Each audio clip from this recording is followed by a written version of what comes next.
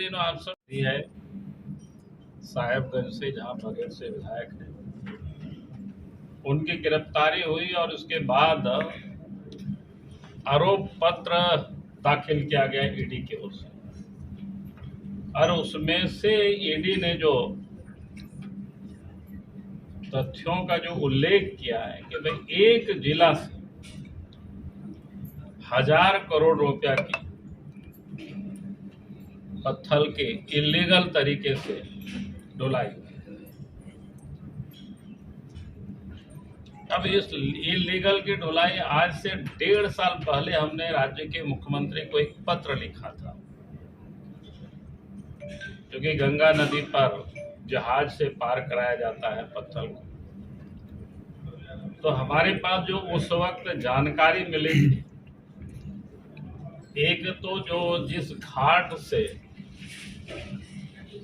जहाज को चलना था उस घाट से ना चला करके कि दूसरे घाट से, यानी एक समदा घाट है जहां से जहाज को चलानी थी, तो समदा घाट से जहाज को ना चला करके एक गरम घाट है साहेबगंज में ही गंगा के किनारे, तो उस गरम घाट से जहाज को चलाया जा रहा था। गरम घाट से चलाने के पीछे का कारण ये था, जगह तो बड़ा खतरनाक था, बाद में जो दुर्घटना हुई आप सबको पता है, लेकिन वो थोड़ी दूरियां कम पड़ती थी ताकि अधिक से अधिक इलीगल ढुलाई हो सके। तो एक तो जगह को इन लोगों ने चेंज किया था, दूसरा था कि सूर्यास्त से लेकर के सूर्योदय तक जहाज को नहीं चलाना था, अर्थात सूर्यास्त होने के बाद अंधेरा हो जाता है और सुबह होने तक, यानी रात में जहाज को चलनी नहीं थी, लेकिन वहां दिन रात ढुलाई का काम चलता है। फिर कोई भी गाड़ी होती है, व्हीकल्स होती है, सब में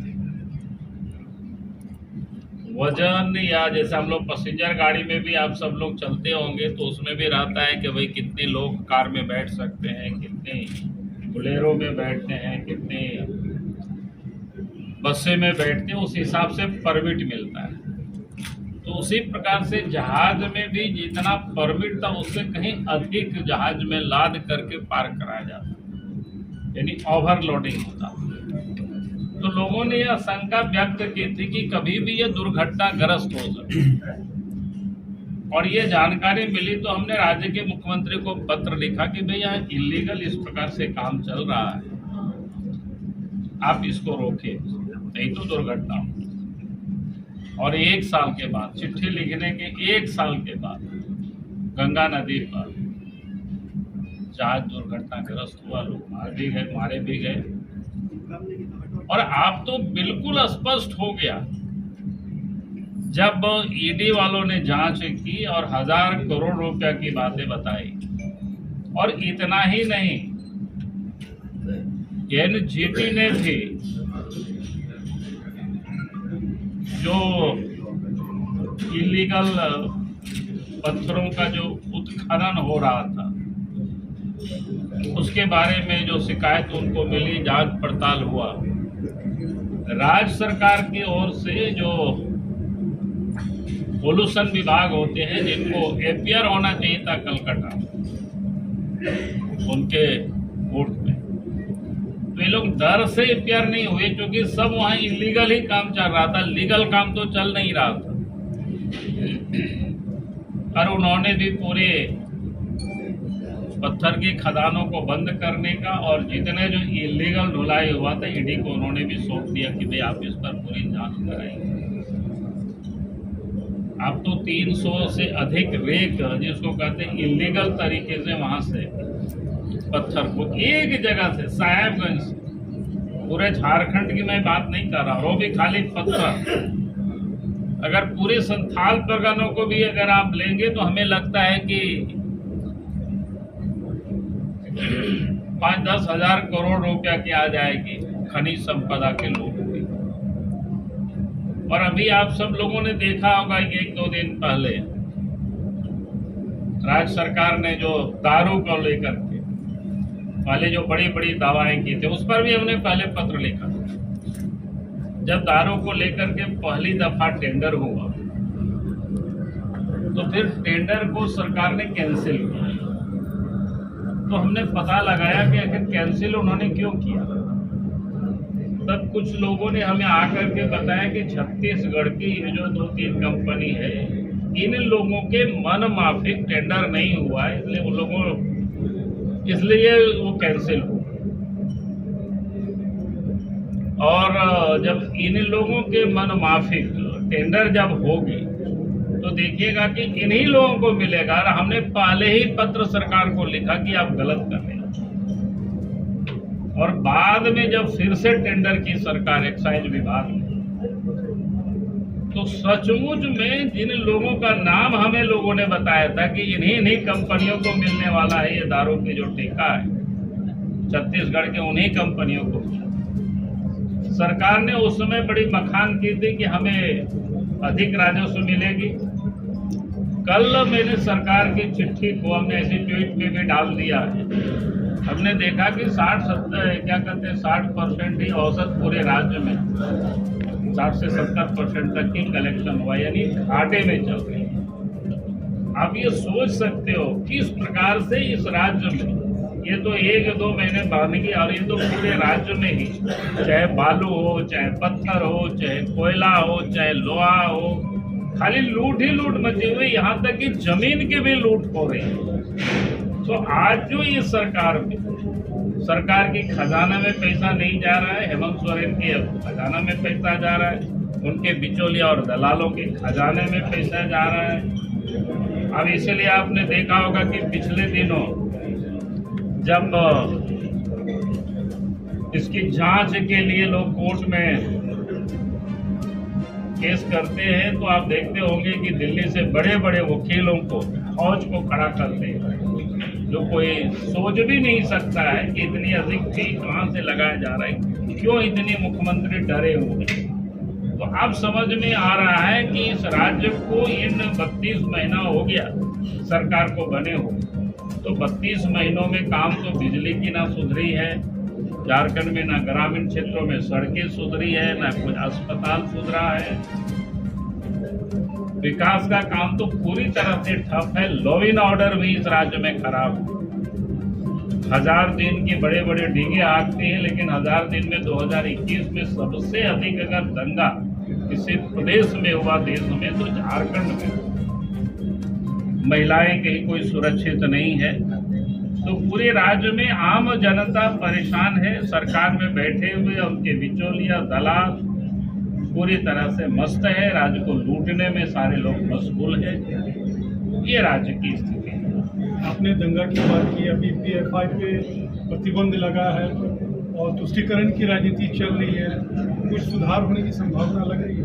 देखिए, मैं तो कह सकता हूं कि भाई इस सरकार में सुधरेगी नहीं मामला, क्योंकि मैंने शुरू के दिनों में ही कहा था कि ये सरकार या तो अपराधियों से घिरे हुए हैं या डरे हुए हैं। तो मैं डरे हुए तो नहीं कह सकता हूं, जो कि खुद कहता है कि हेमंत है तो हिम्मत है, तो ये घिरे हुए। 1932 खतियान वाला जो मामला था, क्या बोले सर, ये बोल रहे थे कि हनुमान जी का मंदिर को मूर्ति को तोड़ धनबाद में टूटा नहीं, उसको क्षतिग्रस्त किया है। सर अभी धनबाद में भी हुआ है, थोड़ी देर धनबाद वाला मेरे ध्यान में नहीं है। हाँ, धनबाद में ठीक है।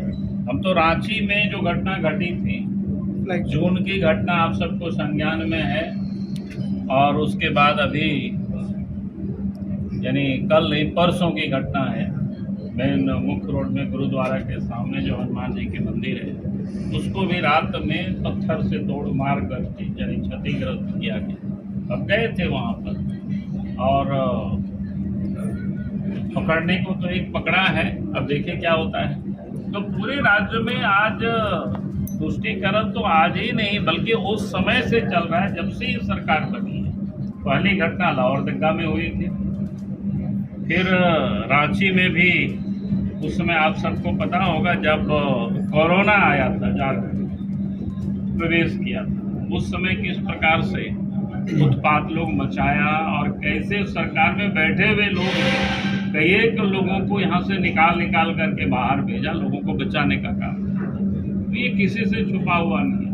झारखंड में आप देखें कई क्षेत्रों में जहाँ पर यानी खास करके मुस्लिम अल्पसंख्यकों की संख्या अधिक है, वहाँ सरकारी स्कूलों में भी जो उर्दू स्कूल नहीं भी है तो उसको उर्दू स्कूल लिख देना, और फिर क्या कहते हैं रविवार को जहाँ छुट्टी होता है उसको शुक्रवार को छुट्टी कराना।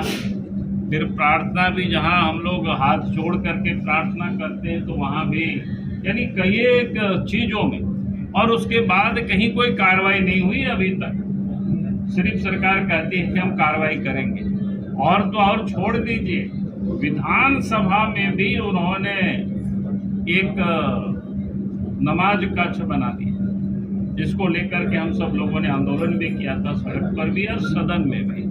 सरकार ने एक कमेटी बनाई थी लेकिन अभी तक कोई निर्णय नहीं। तो ये बिल्कुल स्पष्ट है जिस प्रकार से वो आज के तारीख में वर्ग विशेष को खुश करने में लगी हुई है, अपने वोट को बनाने में लगी हुई है, तो राज्य को इससे बड़ा नुकसान। सर, 1925 का जो खतियान था उस पे कैसा लग रहा है कि आप भी तो इसमें बदलाव लाए थे? और नहीं, पहली बात तो मैं कहूँगा कि आज जो उन्होंने किया है, आप सब लोगों ने देखा होगा जब बजट सत्र था तो मुख्यमंत्री ने कहा था कि भाई 1932 हो नहीं सकता है, होगा तो फिर अदालत उसको निरस्त करेगी। मुख्यमंत्री ने खुद कहा है, वो आज भी वीडियो हमको लगता है कि आप सब लोगों के यहाँ भी पहुँचाओ। लेकिन जब उनको लगा कि हमारी कुर्सी जाने वाली है तो फिर तर्कस में जो भी तीर है भाई चला दो। झारखंड की जनता को अच्छी तरह से पता है कि आपने जो कहा कि जब अलग झारखंड राज्य बना, मैं तो बार बार कहता हूँ कि भारतीय जनता पार्टी झारखंड के जो आदिवासी है, मूलवासी है, सदैव इनके हितैषी रही। और इसलिए आप सब लोगों ने देखा कि जब अलग झारखंड राज्य की लड़ाई तो आज़ादी से लेकर के चल रही थी, और जो झारखंड नामधारी पार्टियां थी जो अलग राज्य के लिए लोग लड़ाई लड़ रहे थे, चाहे कांग्रेस हो चाहे बिहार में जिस किसी की भी सरकार रही, उनके साथ इनकी अच्छी दोस्ती रही, मिल के लोगों ने राज किया, लेकिन कभी भी राज्य लोगों ने नहीं बनवाए। और भारतीय जनता पार्टी की सरकार केंद्र में बनी जैसे ही 98 और 99 में, तो 15 नवंबर 2000 झारखंड वासियों की जो वर्षों पुरानी मांग थी उसको सरकार बनते ही, यानी 3 साल भी नहीं हुआ था, और उसको अलग कर दिया 15 नवंबर 2000। राज्य बनने के बाद उस समय भी विषय आया था कि भाई हमें यहाँ लोगों की नियुक्ति करनी है, क्या हो। तब चूंकि हम इस राज्य के मुख्यमंत्री थे और उस वक्त हमने सर्वदलीय मीटिंग बुलाई थी।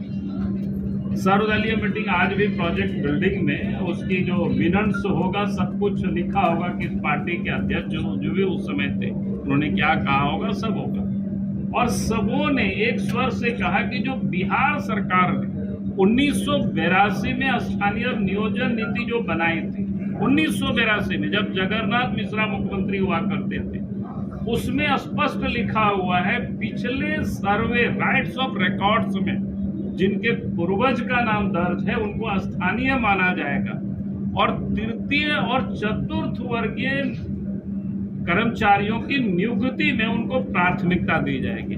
सर्वसम्मति से बैठ करके लोगों ने कहा कि जो बिहार के काल से जो चला आ रहा है झारखंड सरकार को उसी को अंगीकार करनी चाहिए।